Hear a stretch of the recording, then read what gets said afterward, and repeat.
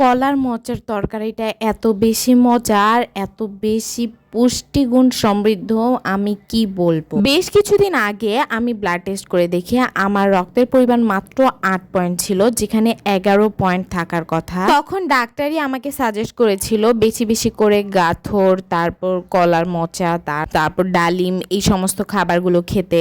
আমি যেখানে থাকি এখানে থর একদমই পাওয়া যায় না, বাট মোচা কিন্তু ভালোই পাওয়া যায়। তো আমি প্রায় প্রত্যেক দিনই মোচার তরকারি খেয়েছি। আর পরিবর্তনটা কি শোনেন, মাত্র 1 সপ্তাহ পরই আমার রক্তের পয়েন্ট পুরা 10 পয়েন্ট হয়ে গিয়েছিল। তো কতটা বেশি উপকারী। তো আমি যেভাবে মোচের তরকারিটা করে খেয়েছিলাম এই রেসিপিটা আজকে আপনাদের সাথে শেয়ার করছি। প্রথমে তো দেখতেই পেলেন পেঁয়াজের সাথে সবগুলো মশলা ভালো মতো মাখিয়ে কষিয়ে নিয়েছি প্রথমেই। দেন খুবই সুন্দর যখন একটা স্মেল ছড়িয়ে যাবে সেই মুহূর্তে আমি মোচা আর সাথে খুবই সামান্য আলু অ্যাড করে দিয়েছি। আমি প্রেসার কুকারের মধ্যে রান্না করছি, আপনারা চাইলে এমনি পাতিলের মধ্যেও রান্না করতে পারেন। মোচাটা সহজে সিদ্ধ হতে চায় না, এই জন্য আমি প্রেসার কুকারের মধ্যে দিচ্ছি। আমি প্রায় 4-5টার মতো সিটি দিয়ে দিয়েছি আর এতে আমার মোচাটা একদম ভালো মতো সিদ্ধ হয়ে গিয়েছে।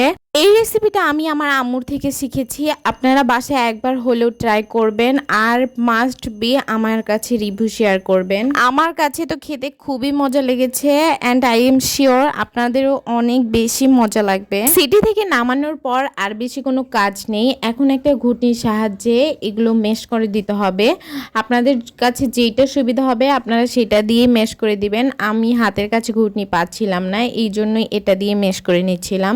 আর হ্যাঁ, ঝোলটা আপনারা নিজেদের পছন্দ মতো কমিয়ে বাড়িয়ে নিতে পারেন। আমি একটু ঝোল ঝোল খেতে পছন্দ করি, এই জন্য একটু পানি অ্যাড করে দিয়েছি।